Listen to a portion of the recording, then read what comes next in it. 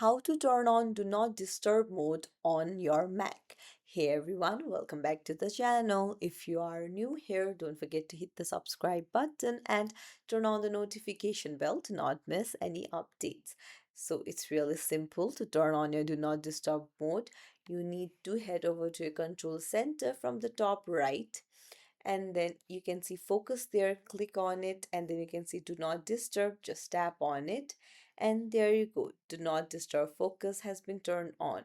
You can set it for 1 hour, for until tomorrow morning, or go to focus settings and change it.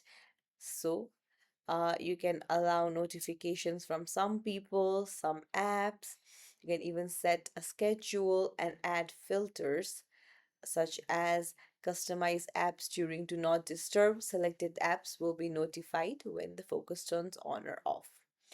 So it's as simple as that. If you found this tutorial helpful, don't forget to hit the like button and subscribe to our channel. Thank you for watching.